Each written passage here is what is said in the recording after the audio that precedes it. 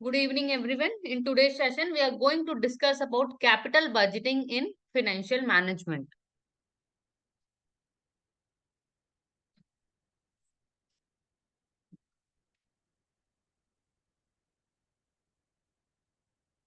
In today's session, we will discuss about introduction to capital budgeting. After that, evaluating standards for investment, then process of capital budgeting, decision of capital budgeting, and capital budgeting techniques. Now, what is capital budgeting? हमने first class में पढ़ा था जब हम पढ़ रहे थे investment decision में हमने देखा था कि दो तरीके का इन्वेस्टमेंट करते हैं। एक हम करते हैं लॉन्ग टर्म डिसीजन और दूसरा करते हैं short term decision. Long term division को हम क्या बोलते हैं? Capital budgeting. Capital budgeting refers to the allocation of companies' current resources towards long-term endeavors that are projected to provide advantages over time. Capital budgeting क्या होता है? Capital budgeting में हम जो लॉन्ग टर्म एसेट्स होते हैं उनमें क्या करते हैं? हम पैसे इन्वेस्ट करते हैं जिसका हमको बेनिफिट लंबे समय तक होता है।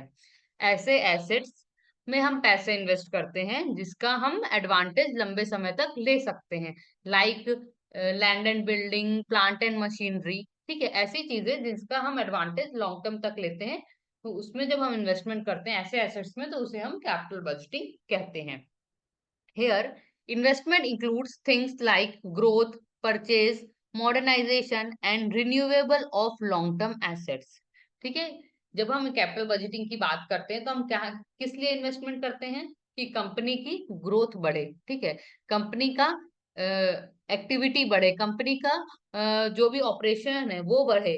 ठीक है, या हम कोई नई मशीन परचेज करने के लिए या कोई नई यूनिट परचेज करने के लिए इन्वेस्टमेंट करते हैं, या अपना जो भी हम ट्रेडिशनल मेथड यूज कर रहे हैं उसको अपग्रेड करने के लिए, मॉडर्नाइज करने के लिए जब हम इन्वेस्टमेंट करते हैं, तो इसे हम बोलते हैं capital budgeting. Investment choices includes disposable operations like selling a division और अ कंपनी। ठीक है, इसमें एक चीज और होती है जिससे कि हम क्या करते हैं? सेल करते हैं या क्या, या उसे परचेज कर रहे हैं एक स्पेसिफिक यूनिट। ठीक है, जैसे सपोज आप 4 प्रोडक्ट बना रहे हैं, आप एक और नया प्रोडक्ट बनाना चाहते हैं, तो उसके लिए एक यूनिट आपने परचेज कर ली, तो वो भी आपका कैपिटल बजटिंग के अंतर्गत आता है। ठीक है, और भी क्या क्या चीजें इसमें आती हैं ये देखेंगे हम। Altering sales distribution method. ठीक है, हम जो भी डिस्ट्रीब्यूशन चैनल यूज कर रहे थे उसमें चेंजेस लाएं। सपोज हम पहले ट्रेडिशनल मेथड यूज करते थे, लाइक कि हम अपना कंपनी में प्रोडक्ट बनाए और फिर उस प्रोडक्ट को होलसेलर को दिए, एजेंट को दिए, फिर वो एजेंट जाके रिटेलर को देगा और रिटेलर के बाद जाके कंज्यूमर में आएगा। ठीक है, बट कंपनी क्या चाह रही है? कि हम प्रोडक्ट को डायरेक्ट कस्टमर तक पहुंचाए, तो क्या की एक अलग से यूनिट सेटअप कर दी जो कि डायरेक्ट सेलिंग का मतलब क्या होता है? कि हम डायरेक्टली कस्टमर को जाके अप्रोच करें और अपने प्रोडक्ट बेचें। तो उसके लिए हमको क्या चाहिए? अलग हमको एक मैनेजर चाहिए, उसके अंदर काम करने वाले लोग चाहिए, सेल्स पर्सन चाहिए, ठीक है, डिलीवरी बॉय चाहिए, कि जो कि हमारे प्रोडक्ट को अल्टीमेट कस्टमर तक पहुंचा सके। Now, evaluation standard for investment. There are 3 stages in determining whether or not an investment is good one. Okay, evaluating standards का मतलब होता है कि हम क्या क्या चीजों का ध्यान रखेंगे किसी भी चीज पे इन्वेस्ट करने के पहले, किसी भी एसेट्स में इन्वेस्ट करने के पहले या किसी भी प्रोजेक्ट में इन्वेस्ट करने के पहले क्या क्या चीजों का हम ध्यान रखना चाहिए हमें। तो सबसे पहला है कैश फ्लो। कैश फ्लो का मतलब होता है कि जो भी हम प्रोजेक्ट ले रहे हैं उसमें कितना हमारा पैसा जा रहा है और कितना पैसा हमें मिलेगा, उसके कैश फ्लो को इवेलुएट करना, उसके कैश फ्लो को फोरकास्ट करना, कि इससे हम यदि हम ये प्रोजेक्ट लेते हैं या यदि यदि हम इस एसेट्स में इन्वेस्टमेंट करते हैं तो हमारे पास कितने पैसे आएंगे और हमारे को कितने पैसे इन्वेस्ट करना पड़ेगा। तो ये कहलाता है cash flow forecasting. Second one is a minimal sufficient rate of return has been determined. ठीक है, एक मिनिमम, यदि हम कहीं पे इन्वेस्टमेंट कर रहे हैं तो हमारे को एक minimum rate of return at least मिलना चाहिए। ऐसा नहीं होना चाहिए कि हम कहीं पे इन्वेस्टमेंट कर रहे हैं, हमने 1,000 रुपए सपोज इन्वेस्ट किया और हमको रिटर्न कितना मिला? 1,000 ही मिला, कोई प्रॉफिट ही नहीं हुआ उसमें, कोई हम रिटर्न जनरेट कर ही नहीं पाए, जितना पैसा लगाए थे उतना पैसा मिल गया। तो ऐसा नहीं होना चाहिए। ठीक है, कम से कम एक मिनिमम रेट ऑफ रिटर्न हमें जनरेट कर पाना चाहिए, तभी वो इन्वेस्टमेंट आपके लिए एक अच्छा इन्वेस्टमेंट कहलाएगा। नाउ, ये जो डिफरेंट क्राइटेरियाज हैं उसको हम और एक्सटेंड करके पढ़ते हैं कि कि और उसमें क्या क्या चीजें होनी चाहिए वो हम देखेंगे। सबसे पहले चीज कि कॉम्प्रिहेंसिव कैश फ्लो कंसिडरेशन, मतलब हमारे पास एक कंसिस्टेंसी होनी चाहिए कि पैसा आ भी रहा है जा भी रहा है। ऐसा नहीं है कि हम, ऐसा सिचुएशन आ गया कि हमको पैसे की जरूरत है और पैसा आ ही नहीं रहा है लंबे समय तक, फिर एक साथ बहुत सारा आ गया, तो ऐसा नहीं होना चाहिए। कंसिस्टेंसी होना चाहिए, कैश फ्लो हमारा अच्छा मेंटेन होना चाहिए। Now, second one is objective and clear distinction. The criterion should offer an objective and unambiguous frame for distinguishing between favorable and unfavorable project. कि जब भी हम इन्वेस्टमेंट कर रहे हैं तो हमारा उसमें क्लियर होना चाहिए क्राइटेरिया कि यदि हम इस प्रोजेक्ट में जाएंगे तो हमको ये चीजें अच्छी मिलेगी, ये चीजें हमें ठीक नहीं मिलेगी। ठीक है, हर चीज में एक पॉजिटिव और निगेटिव चीजें रहती है, हर चीज में आपको एकदम 100% परफेक्ट नहीं मिलेगी या 100% अच्छा नहीं मिलेगा। सपोज आपने डिसाइड किया कि आप एक घर परचेस करेंगे, घर परचेस करना क्या है, एक लॉन्ग टर्म डिसीजन है। ठीक है, तो उसमें क्या होगा, आप एक गए, आप किसी सोसाइटी में देखे आप घर, आपको कुछ चीज अच्छा लगेगा, उसका कुछ चीज अच्छा नहीं लगेगा। ठीक है, लाइक कि आप गए तो आपको जमीन अच्छी लगी, ठीक है, पर वहां का कंस्ट्रक्शन अच्छा नहीं था। दूसरी जगह गए खरीदने आप घर, तो वहां पे आप वहां आपको कंस्ट्रक्शन अच्छा लगा, पर वो जहाँ वो उसका एरिया पसंद नहीं आया। तो ये सारी चीजें होती, फेवरेबल अनफेवरेबल चीजें क्लियरली क्रिस्टल क्लियर डिस्क्राइब होना चाहिए। Next, facilitates project ranking. The criterion should enable the ranking of project based on there genuine profitability. ठीक है, और जब भी हम इन्वेस्टमेंट की जो भी लिस्ट है उसको जब हम इवेलुएट करेंगे, ठीक है, जैसे मैंने आपको एग्जांपल दिया घर का, आप घर खरीदने के, आपके पास हमेशा एक घर खरीदने का ऑप्शन नहीं होगा, आपके पास मल्टीपल ऑप्शंस होंगे। ठीक है, तो उस मल्टीपल ऑप्शंस को आपको क्या करना पड़ेगा, अच्छे से इवेलुएट करना पड़ेगा on the basis of profitability.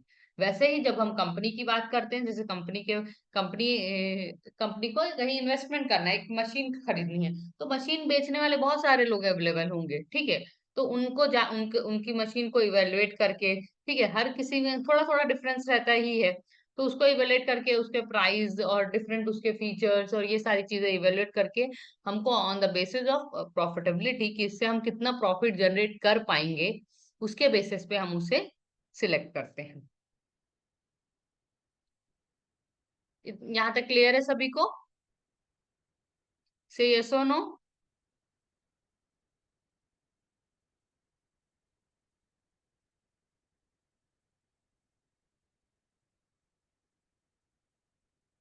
Okay, now process of capital budgeting. Process का मतलब होता है क्या क्या स्टेजेस होते हैं जो कि हम फॉलो करते हैं फाइनल हमारे प्रोजेक्ट को सिलेक्ट करने में, या फाइनल हमारे एसेट्स को सिलेक्ट करने में जिसमें हमें पैसे इन्वेस्ट करना है। सबसे पहला हम देखेंगे locating potential investment.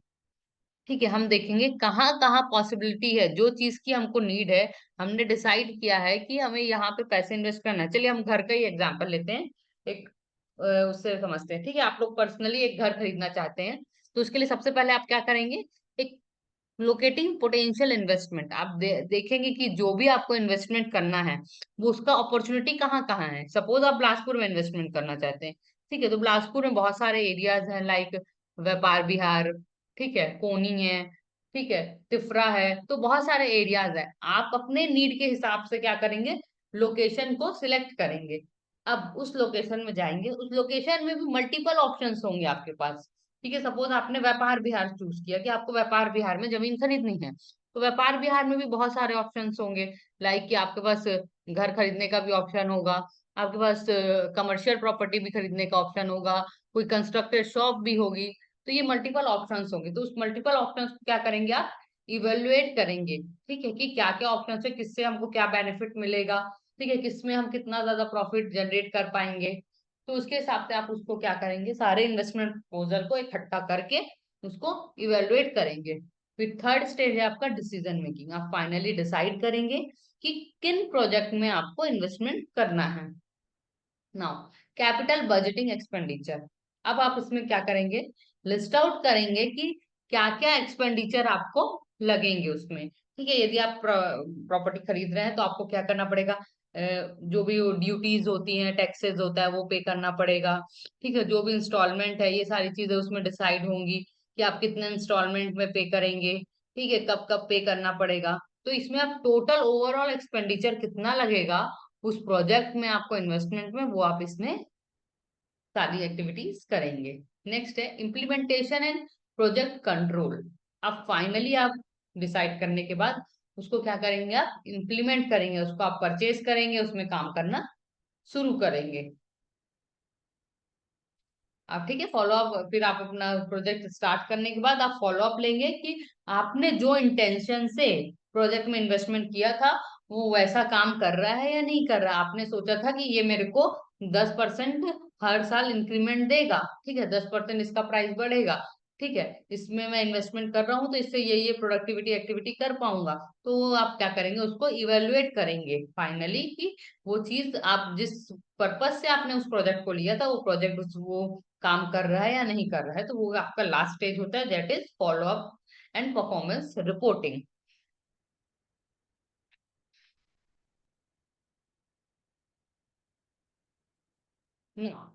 Decision of capital budgeting. Capital budgeting में हम किस तरीके से डिसीजन लेते हैं, ठीक है, डिफरेंट डिफरेंट प्रोजेक्ट्स होते हैं, डिफरेंट डिफरेंट इन्वेस्टमेंट ऑप्शंस होते हैं, तो हम उसमें क्या क्राइटेरिया होता है, क्या टूल्स होता है, किसके बेसिस पे हम डिसीजन लेते हैं, और क्या क्या सिचुएशन में हमें क्या डिसीजन लेना चाहिए, वो हम इसमें देखेंगे। पहला है acceptance and rejection on criteria. ठीक है, कब हम रिजेक्ट करना है हमको, कब एक्सेप्ट करना है। इसके लिए हमें क्या करना पड़ेगा, projects with a greater expected return on investment are more likely to be approve, whereas those with a low ROI may be turned down। ठीक है, ऐसे प्रोजेक्ट को हम चूज करेंगे जिसका ROI सबसे ज्यादा होगा। जैसे सपोज आपके पास 10 प्रोजेक्ट आए हैं, ठीक है, 10 प्रोजेक्ट है टोटल, तो उनमें से क्या करोगे आप, सबका क्या निकालोगे, रिटर्न निकालोगे कि ये प्रोजेक्ट वन मेरे को कितना रिटर्न देगा, प्रोजेक्ट टू कितना देगा, प्रोजेक्ट थ्री कितना देगा, और फिर उनमें से जो सबसे ज्यादा रिटर्न देगा उस प्रोजेक्ट को आप एक्सेप्ट करेंगे और अदर्स को क्या करेंगे, रिजेक्ट करेंगे। नेक्स्ट है mutually exclusive project decision. Mutually exclusive मतलब कि आप एक प्रोजेक्ट को यदि सिलेक्ट करते हैं तो दूसरा ऑटोमेटिकली क्या होता है, एक्सक्लूड हो जाता है। ठीक है, when multiple competing projects are submitted simultaneously, selecting one implies an automatic rejection of other। ठीक है, यदि इसमें क्या होता है, जब मल्टी म्यूचुअली एक्सक्लूसिव प्रोजेक्ट होता है तो आप उस म्यूचुअली एक्सक्लूसिव का मतलब कि वो दोनों प्रोजेक्ट साथ में रन नहीं हो सकते। आप एक सिलेक्ट करोगे तो दूसरा ऑटोमेटिकली क्या हो जाएगा, डिससिलेक्ट हो जाएगा, ठीक है, उसका वो रिजेक्ट हो जाएगा। That's why we call a mutually exhaustive choice in a project. ठीक है, जैसे सपोज हम एग्जांपल लेते हैं म्यूचुअली एक्सक्लूसिव का कि यदि आपको चूज करना है, जैसे सपोज आप कार मैन्युफैक्चरिंग कंपनी है, ठीक है, आप कार बना रहे हैं अपनी कंपनी में। आपका एक कार का इंपॉर्टेंट पार्ट होता है इंजन। इंजन आप क्या कर सकते हैं, आपके पास दो ऑप्शन है, एक ऑप्शन है कि आप इंजन अपनी कंपनी में बना सकते हैं, और दूसरा ऑप्शन है जो अच्छी कंपनियां हैं जो इंजन पे ऑलरेडी वर्क कर रही है, काम कर रही है, तो आप उनसे भी परचेज कर सकते हैं। तो इसमें क्या होगा, आपके पास दो ऑप्शन है कि आप अपनी कंपनी बनाएं, और दूसरा ऑप्शन है कि बाहर से परचेज करें। तो आप एक को एक्सेप्ट करेंगे तो दूसरा अपने आप क्या हो जाएगा, रिजेक्ट हो जाएगा। That is called mutually exclusive project. Now capital rationing decision proposals are ranked based on potential revenue generation and acceptance dependent on their relative ranking। Rational capital rationing decision में हम क्या करते हैं, हम सारे प्रोजेक्ट को क्या करते हैं, रैंक करते हैं कि किस प्रोजेक्ट में हमको कितना बेनिफिट है, किस प्रोजेक्ट से कितना बेनिफिट है। ठीक है, ऑन द बेसिस ऑफ उसकी उसकी कैपेबिलिटी की, वो कितना रेवेन्यू हमको फ्यूचर में जनरेट करके दे सकता है, उसके बेसिस पे हम एक उसका एक ऑर्डर से उसे लिस्ट करते हैं कि rank one, rank to, rank three, rank four. ठीक है, फिर हम उसको अपना जब भी फाइनल डिसीजन लेना रहता है मैनेजर को, तो क्या करता है, उस रैंक के बेसिस पे वो प्रोजेक्ट को एक्सेप्ट करता जाता है। फर्स्ट जिसका फर्स्ट रैंक है उसको पहले एक्सेप्ट करेगा, फिर दूसरे को एक्सेप्ट करेगा, इस तरीके से। ठीक है,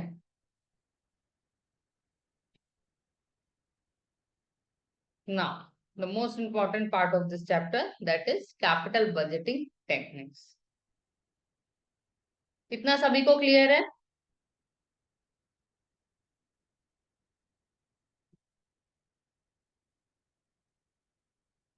हमने ये डिसीजन ऑफ कैपिटल बजटिंग पढ़ा, सभी को क्लियर है।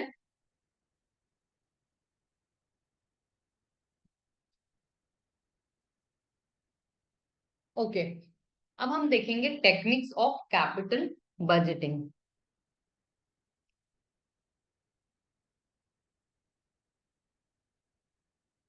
टेक्निक्स ऑफ कैपिटल बजटिंग भी दो पार्ट में हम कैटेगराइज करते हैं। पहली टेक्निक होती है ट्रेडिशनल टेक्निक और दूसरी होती है मॉडर्न टेक्निक्स। ट्रेडिशनल टेक्निक को हम non discounting cash flow methods भी बोलते हैं। ठीक है, क्यों बोलते हैं? क्योंकि हम यहाँ पे जो वैल्यू ऑफ टाइम है, टाइम वैल्यू ऑफ मनी है, उसको हम कंसीडर नहीं करते हैं।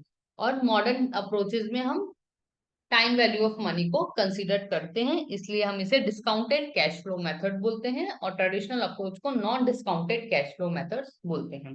जो ट्रेडिशनल अप्रोच है उसके अंदर हमारे दो मेथड है। ठीक है, कैपिटल बजटिंग के लिए, मतलब हमें कैपिटल एसेट्स में इन्वेस्टमेंट करने के लिए दो टूल्स हैं ट्रेडिशनल अप्रोच के अंदर। पहला है पेबैक पीरियड और दूसरा है average rate of return method. Modern approaches में तीन हमारे पास टूल्स हैं, मतलब तीन मेथड्स हैं, टेक्निक्स हैं। पहला है नेट प्रेजेंट वैल्यू, दूसरा है इंटरनल रेट ऑफ रिटर्न और तीसरा है प्रॉफिटेबिलिटी इंडेक्स।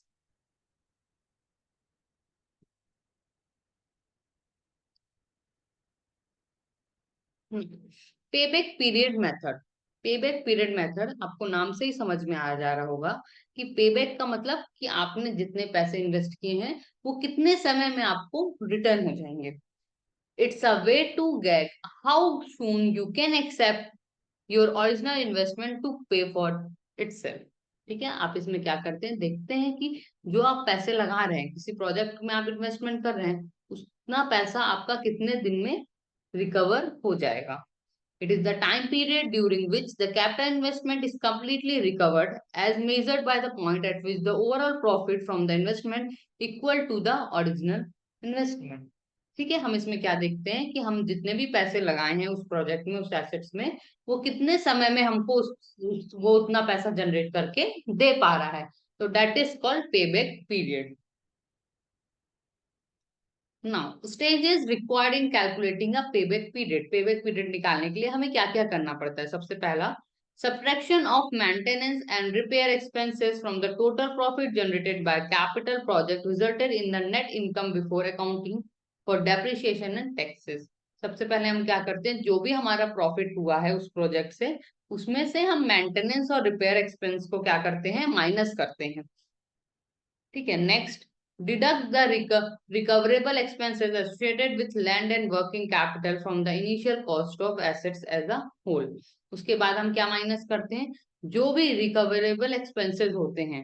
ठीक है, जो भी रिकवरेबल एक्सपेंसेस रहेंगे from lands and working capital, उसको क्या करेंगे, उसको भी हम डिडक्ट करते हैं। To get the payback time, divide the total cash outlaid by the total cash inflow. This is the only possible if project produce consistent yearly cash inflow। ठीक है, ये मेथड को हम तभी यूज कर सकते हैं जब हमारे पास एक कांस्टेंट, हर साल पर्टिकुलर कांस्टेंट इनकम हो। ये ऐसा नहीं होना चाहिए कि इस साल हमको 1,000 रुपए जनरेट करके दे पा रहा है, दूसरे साल 1,200 और तीसरे साल 500। ऐसा नहीं होना चाहिए, कंसिस्टेंट होना चाहिए कि हर साल हमारे को इक्वल अमाउंट ऑफ पैसा आना चाहिए उस प्रोजेक्ट से, तभी हम इस मेथड को यूज कर सकते हैं। तो इस मेथड का फॉर्मूला क्या होता है, पेबैक पीरियड का फॉर्मूला क्या होता है, cash outlet divided by annual cash inflow करेंगे तो हमारा पेबैक पीरियड निकल आएगा। चलिए एक एग्जांपल के थ्रू हम समझते हैं। The following are the two potential investment for a company. An initial investment of rupees 2,200 is needed for each of the project. Put the investment project in order to pay back and explain your choice। ठीक है, यहाँ पे हमारे पास दो project दिए गए हैं। इस दोनों प्रोजेक्ट में हम इन्वेस्टमेंट कितना कर रहे हैं, 22,200 रुपए, मतलब 2,200 रुपए प्रोजेक्ट वन में इन्वेस्ट कर रहे हैं और 2,200 रुपए प्रोजेक्ट बी में इन्वेस्ट कर रहे हैं। अब इसमें दिया हुआ है क्वेश्चन में कि कितना, हर साल कितना कितना पैसा आपको आ रहा है रिटर्न। फर्स्ट ईयर में इन्वेस्टमेंट ए में कितना आ रहा है, 1,000 आ रहा है। इन्वेस्टमेंट बी में कितना आ रहा है, 400 आ रहा है। फिर सेकेंड ईयर में इन्वेस्टमेंट ए में कितना आ रहा है, 800 आ रहा है। इन्वेस्टमेंट बी में 400 आ रहा है। फिर थर्ड ईयर में हमारा इन्वेस्टमेंट ए में 800 रुपीज आ रहा है और इन्वेस्टमेंट बी में 400 रुपीज आ रहा है। फोर्थ ईयर में हमारा इन्वेस्टमेंट ए में कोई भी पैसा रिटर्न नहीं आ रहा है और इन्वेस्टमेंट बी में कितना आ रहा है, 1,200। सिमिलरली ईयर 5 में भी हमारा इन्वेस्टमेंट ए में पैसे नहीं आ रहे हैं और इन्वेस्टमेंट बी में हमारा कितना इनफ्लो आ रहा है, 1,200 आ रहा है। मतलब टोटल करेंगे जब हम, टोटल 5 साल में हमको इन्वेस्टमेंट ए से 2,600 रुपए मिल रहे हैं और इन्वेस्टमेंट बी से हमको ₹3,600 मिल रहे हैं। ठीक है, ये क्वेश्चन है आपका। अब आपके पास फॉर्मूला है, क्या है? Cash outlay divided by annual cash inflow. Cash outlay मतलब total investment divided by annual cash inflow. Now अब हम क्या करेंगे, इसको कैलकुलेट करेंगे। इन्वेस्टमेंट ए को पहले करते हैं, फिर हम इन्वेस्टमेंट बी पे जाएंगे। इन्वेस्टमेंट ए में first year, second year, 3 year, मतलब हमको 3 साल, बस 3 साल में पूरा पैसा रिटर्न आ रहा है। ठीक है, फोर्थ और फिफ्थ ईयर में कुछ भी नहीं आ रहा है। इन्वेस्टमेंट बी में हमारा क्या आ रहा है, हमको पूरा 5 साल तक रिटर्न आ रहा है।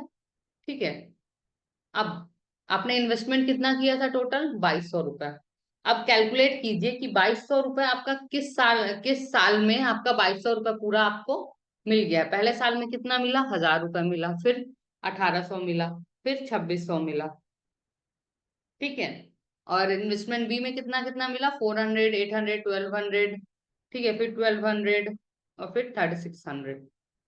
ना, 2200 रुपया हमने पहला इन्वेस्टमेंट किया था, जिसमें से हम recovered in first 2 full year and the portion of third are required to recover for the 2200 outlay. ठीक है, इन्वेस्टमेंट वन में हम, इसमें हमको क्लियरली दिख रहा है कि हम इसको थर्ड ईयर में पूरा हमारा प्रोजेक्ट कंप्लीट हो चुका है। तो इसमें सबसे पहले क्या करेंगे, हमारा जो 2200 जो हमारा इनिशियल इन्वेस्टमेंट था, उसमें से हम क्या करेंगे, 1800 माइनस करेंगे, जो कि हमारा फर्स्ट 2 इयर्स में पैसा आया है। ठीक है, नाउ और payback period is equals to 2 year plus 400 divided by 800। 400 divided by 800 करेंगे तो हमारा 1/2 मतलब हाफ ईयर आएगा, मतलब 2.5 ईयर्स में हमारा टोटल पैसा जो भी हमने इन्वेस्ट किया था हमको वापस मिल जा रहा है इन्वेस्टमेंट ए से। अब देखेंगे इन्वेस्टमेंट बी में। इन्वेस्टमेंट बी में हमको 2200 रुपये कब मिल रहा है, पहला 3 इयर्स प्लस 1000/1200, दैट इज 5/6, मतलब ठीक है, मतलब हमारा 3.25 साल में हमारा पूरा पैसा इन्वेस्टमेंट बी में वापस आ रहा है। तो इसमें क्या होता है, जिसका पेबैक पीरियड कम होता है उस प्रोजेक्ट को हम क्या करते हैं, चूज करते हैं कि इसका रूल क्या होता है, जिसका पे मतलब सिंपल सा सेंस है कि जितने जल्दी हमारा पैसा रिकवर हो रहा है उतना ज्यादा हमारे लिए अच्छा है। तो हम उसको चूज करेंगे जिसका पेबैक पीरियड कम होगा। किसका यहाँ पेबैक पीरियड कम है, इन्वेस्टमेंट ए का, तो हम इन्वेस्टमेंट ए को यहाँ पे चूज करेंगे। क्लियर है सभी को? अब पेबैक पीरियड मेथड के कुछ एडवांटेजेस और डिसएडवांटेजेस हैं। ठीक है, advantages means benefit of payback period. सबसे पहला बात, ये एक सिंपल सा मेथड है। ठीक है, इसमें ज्यादा कोई हार्ड एंड फास्ट कैलकुलेशन नहीं है। दूसरा, it's a good match if a prioritize cash flow above making a profit. ठीक है, जब हम कैश फ्लो को ज्यादा इंपॉर्टेंस देते हैं तब हमारे को ये मेथड सुटेबल है। The results that might be achieved with the use of sophisticated tools are रफली अप्रोक्सीमेटेड। ठीक है, हम इसको क्या कर रहे हैं, हम एक अप्रोक्सीमेशन लेके हम इस मेथड को यूज कर सकते हैं, जो कि एक सिंपल फॉर्म है। Methodological tools like IRR analysis.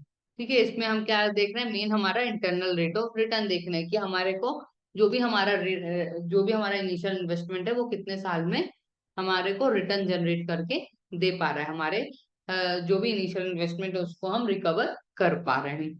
Next है limitations of payback period. We do not take into account future cash flow.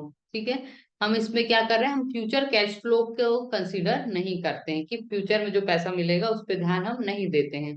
Ignoring the passage of time money fourth, simple सा ये है कि टाइम वैल्यू ऑफ मनी को consider नहीं कर रहा है कि जो आज हमको जो पैसा मिल रहा है उसकी वैल्यू ज्यादा है कल के पैसे की। ये टोटल देख रहा है कि हमको कितना पैसा मिल रहा है। ठीक है, next, projects having varying economic life time can not be properly evaluated using the payback period technique. ठीक है, ऐसे प्रोजेक्ट जिसका जो स्पैन ऑफ टाइम है, स्पैन ऑफ टाइम मतलब वो कितने टाइम तक चलेगा प्रोजेक्ट, वो क्लियर नहीं होता है, तो उसमें हम उस टाइम हमको इस मेथड को यूज करना डिफिकल्ट हो जाता है, क्योंकि हमारे पास पता ही नहीं होता हमको कि ये प्रोजेक्ट कितने दिन चलेगा। तो हम इसके बेसिस पे, इस मेथड के बेसिस पे हम अपना प्रोजेक्ट को एवेल्युएट नहीं कर सकते हैं। ये वाला मेथड सभी को क्लियर है? किसी को कुछ डाउट है तो आप लोग पूछ सकते हैं, नहीं तो हम नेक्स्ट मेथड पे स्विच करते हैं। क्लियर है सभी को? ये सबसे सिंपल मेथड है। इसमें सिंपल सा ये निकालना है हमको कि हमारा कितने टाइम में जो भी हम पैसा लगा रहे हैं वो हमको उतना वापस मिल जा रहा है किसी भी प्रोजेक्ट में, किसी भी एसेट्स में।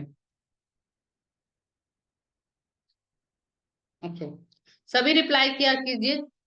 3-4 लोग बस रिप्लाई करते हैं यस और नो का। ठीक है, टू वे कम्युनिकेट कीजिए, इससे आपको भी समझ में आएगा और मुझे भी समझ में आएगा कि आप लोग को चीजें समझ आ रही हैं या नहीं आ रही हैं।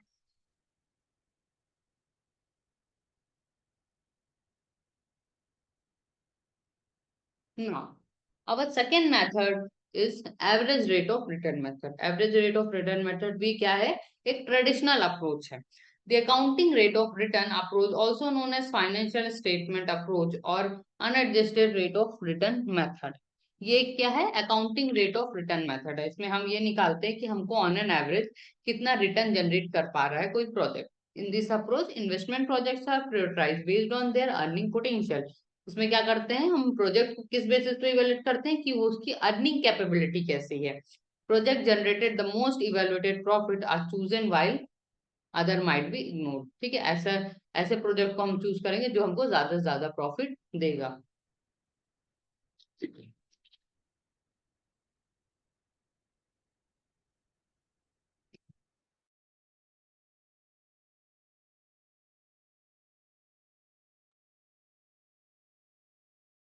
Rate of return is equals to average annual profit divided by outlay of project into 100।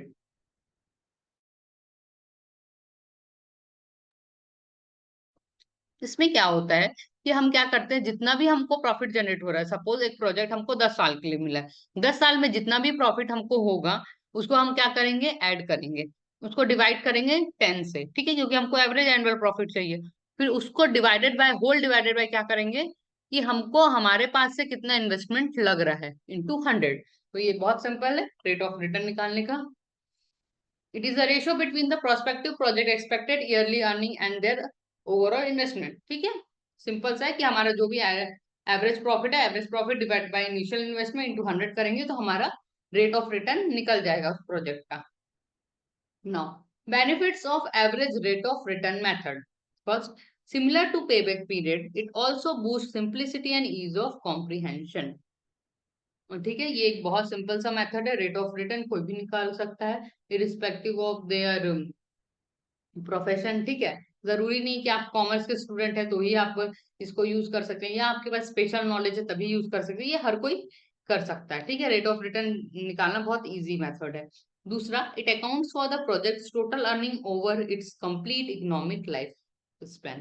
ठीक है, इसमें हम क्या कर रहे हैं कि पूरा लाइफ टाइम में, जैसे 10 साल का प्रोजेक्ट है तो पूरे 10 साल में कितने पैसे ये जनरेट कर पा रहा है उस पे हम फोकस करते हैं। This approach appropriately emphasizes the project profitability.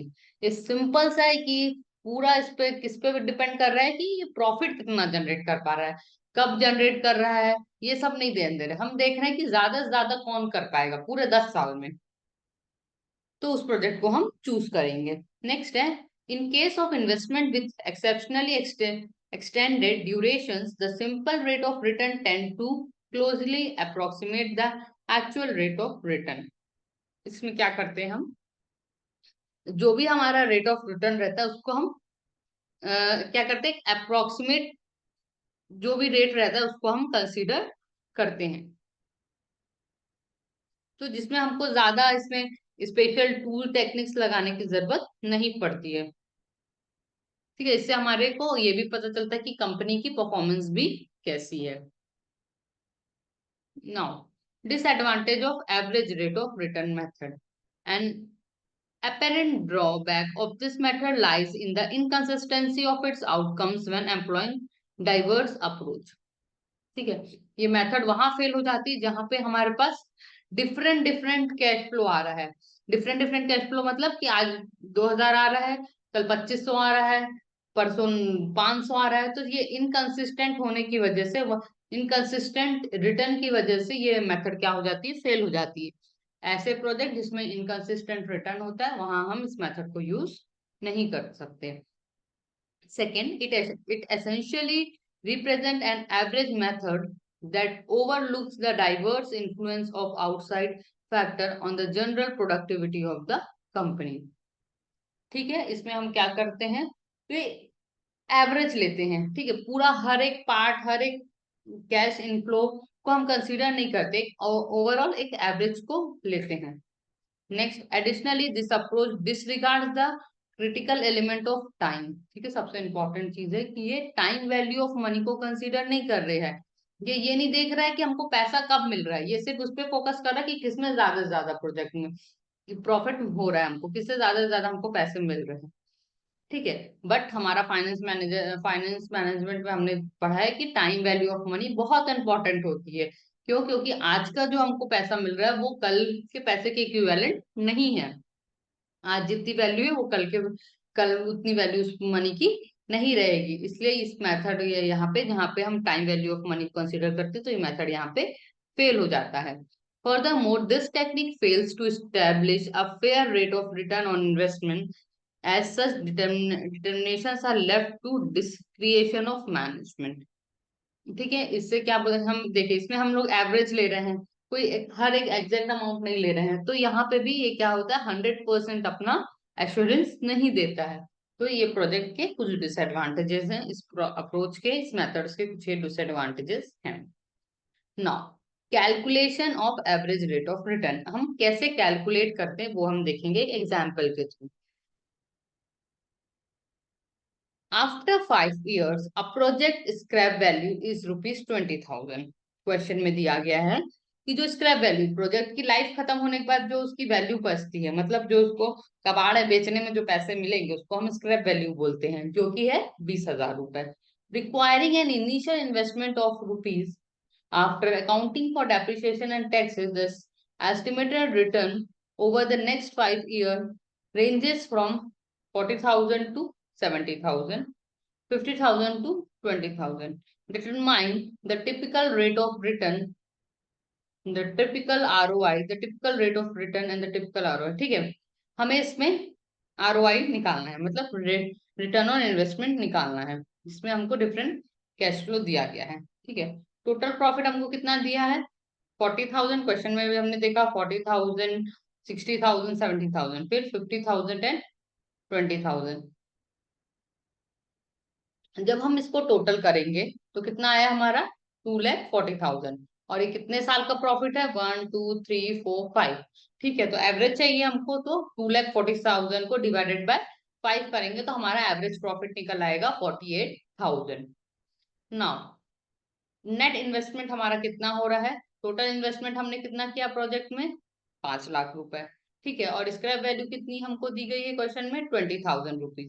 ठीक है, हमने 5 लाख किया था इन्वेस्टमेंट, जिसमें हमको जो कबाड़ बेच के हमको 20,000 रुपये मिल गया, मतलब टोटल हमारा पैसा पैसा लगा है 4,80,000, 4,80,000. ना, अब हम निकालेंगे एवरेज इन्वेस्टमेंट. टोटल इन्वेस्टमेंट कितना किया है हमने, 4,80,000. उसको किससे डिवाइड करेंगे, एवरेज करेंगे बाय 2, तो हमारा निकल जाएगा 2,40,000. ठीक है. Now, average rate of return का फॉर्मूला क्या होता है, average profit divided by net investment into 100. Average profit हमारा कितना हो रहा है, निकला है 48,000. ठीक है, एवरेज प्रॉफिट सबसे सेकंड स्टेप में हमने निकाला 48,000, उसको डिवाइड करेंगे नेट इन्वेस्टमेंट से. इन्वेस्टमेंट कितना किया आपने टोटल, 4,80,000 का. क्यों, चार आपने एक्चुअल में कितना किया था, 5 लाख किया था, बट 20,000 रुपए आपको उसको उस पर्टिकुलर एसेट को बेच के मिल गया कबाड़ से, तो आपका टोटल पैसा कितना बच गया, 4,80,000. इसलिए हमारा नेट इन्वेस्टमेंट कितना होगा, 4,80,000. जब हम इसको सॉल्व करेंगे तो हमारा कितना निकलेगा, average rate of return 10%. Now, second है return per unit of investment. ठीक है, return per unit of investment निकालने के लिए हम क्या करेंगे, total profit divided by net investment. Total हमको जो भी जितना भी प्रॉफिट हुआ है उसको हम नेट इन्वेस्टमेंट से डिवाइड करेंगे तो हमारा निकल जाएगा पर यूनिट इन्वेस्टमेंट से हमको कितना रिटर्न मिला, जो कि हुआ 50%.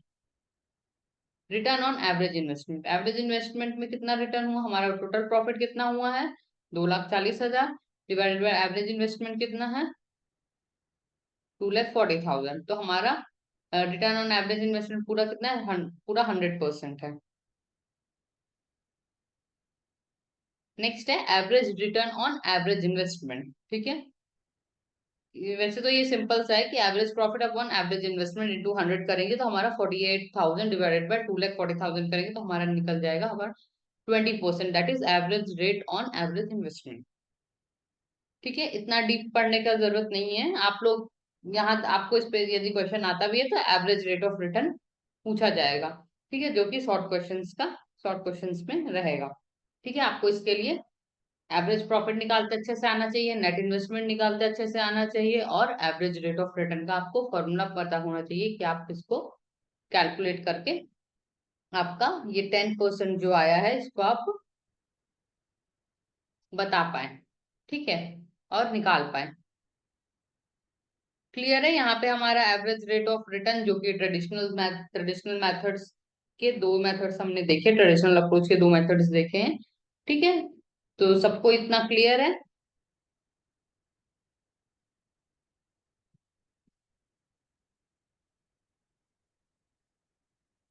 सुमन वर्मा, फॉर्मूला फॉर्मूला आपका इसमें क्वेश्चन में भी दिया हुआ है। हमारा फॉर्मूला है average annual profit, average annual profit divided by net investment into 100। ठीक है, एवरेज रेट ऑफ रिटर्न का फॉर्मूला है annual profit divided by net investment into 100।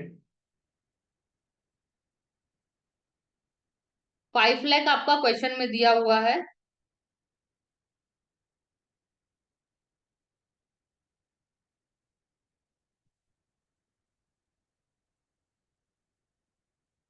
ठीक है, आपने टोटल 5 लाख रुपए लगाया है उस प्रोजेक्ट में, ये क्वेश्चन में दिया हुआ है। ठीक है, सभी को क्लियर है। आज हम अपनी क्लास यहाँ पे कंप्लीट करते हैं, और कल की क्लास में हम मॉडर्न टेक्निक्स को देखेंगे। कैपिटल बजटिंग की जो भी मॉडर्न टेक्निक्स है उसको हम डिस्कस करेंगे। सभी लोग आज हमने जितना भी पढ़ा है उसको आपके बुक में भी दिया हुआ है, तो उससे उसमें जो भी क्वेश्चंस दिए हुए हैं उसको भी आप सॉल्व करके प्रैक्टिस कीजिए। और जो थ्योरी पार्ट है, थ्योरी पार्ट भी बहुत इंपॉर्टेंट है, लॉन्ग क्वेश्चंस में भी ये थ्योरी में आएगा। ठीक है, तो इसकी थ्योरी भी अच्छे से आप लोग पढ़िएगा कि क्या होता है ये मेथड, उस मेथड के एडवांटेज क्या होते हैं, डिसएडवांटेज क्या होते हैं, क्या स्टेप्स होता है, क्या फॉर्मूला होता है, कैसे कैलकुलेट किया जाता है। इसका थ्योरी पार्ट भी आपको अच्छे से क्लियर होना चाहिए। सभी कल ये दो मेथड को रिवाइज करके आएंगे और आगे की हम मेथड डिस्कस करेंगे। Thank you everyone.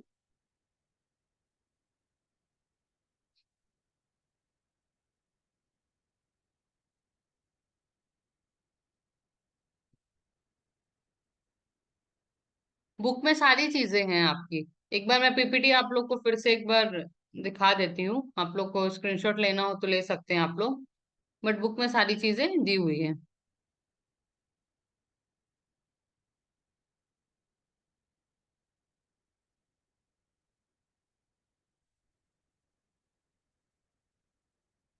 ये सब आपका प्रोसेस और ये सारी चीजें आपकी बुक में दी हुई हैं।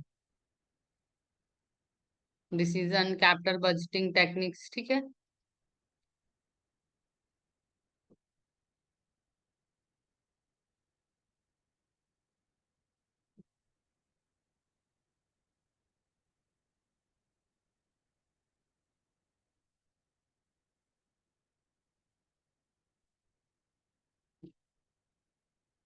ठीक है, सभी स्क्रीनशॉट ले लीजिए।